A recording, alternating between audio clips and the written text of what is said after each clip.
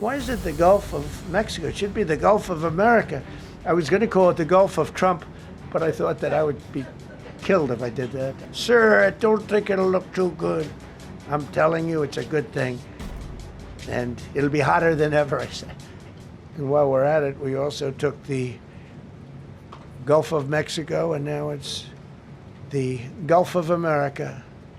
Because we have 92% of the shoreline. It always bothered me. I'd say, you know, we have most of the shoreline. Mexico has a small percentage, talks about 8%. We have 92%. And I said, why is it the Gulf of Mexico? It should be the Gulf of America. I was going to call it the Gulf of Trump, but I thought that I would be killed if I did that. I wanted to do it. I wanted to. My people worked so hard. Sir, I don't think it'll look too good.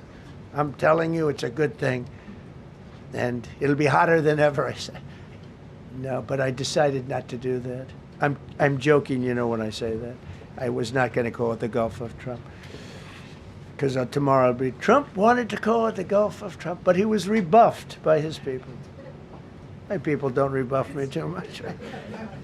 The Gulf of Trump, that does have a good ring, though. Maybe we could do that. It's not too late. No, we have the Gulf of America now. It's great. Earlier on last year, you had mentioned, you had indicated that you wanted to take back the Panama Canal. I know we've heard a lot about Greenland. Is that still on the table? I don't want to tell you that.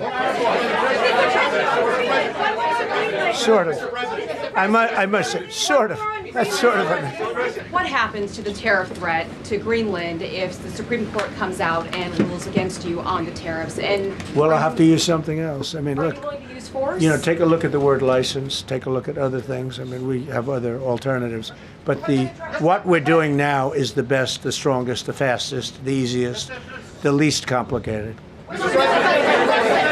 Sir, if you move ahead with the Greenland-related tariffs on Europe, you secured almost $1 trillion of commitments from them to invest in the United States. Does that go kaput out the window if that happens?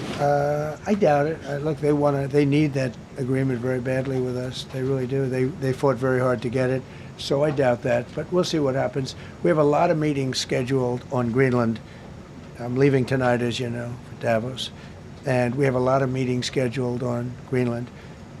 And I think things are going to work out pretty well, actually. A consequence of your determination to take control of Greenland is the ultimate breakup of the NATO alliance. Is that a price you're willing to pay? You mean the breakup of it's very interesting. The NATO alliance. So I think something's going to happen that's going to be very good for everybody. Nobody's done more for NATO than I have, as I said before, in every way. Getting them to go up to 5% of GDP was something that nobody thought was possible, and pay. At 2% they weren't paying. At 5% they are paying. And they're buying a lot of things from us, and they're giving them, I guess, to Ukraine. That's up to them, but they're giving them to whoever they're giving them to, but they're buying a lot. I think that we will work something out where NATO is going to be very happy and where we're going to be very happy. But we need it for security purposes. We need it for national security and even world security. It's very important. You said you're confident something's going to get worked out in Greenland, but Greenlanders have made it clear they don't want to be part of the U.S. Well, what gives the U.S. the right to take away that self-determination? When I speak to them, I'm sure they'll be thrilled. Mr. President, are you committed to keeping the U.S. in NATO? I've had such a good relationship. I've made it so much better, so much stronger. It's so good now. NATO is so much stronger now. I don't agree with a lot of the things they've done, but that was done before I got there. I think NATO's been good. Sometimes it's overrated, sometimes it's not. But we have a strong NATO. When I came here, we had a weak NATO. We had a NATO at 2%, and they weren't paying. You had a nothing NATO.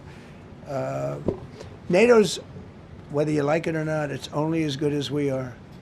If NATO doesn't have us, NATO is not very strong. Subscribe to One India and never miss an update. Download the One India app now.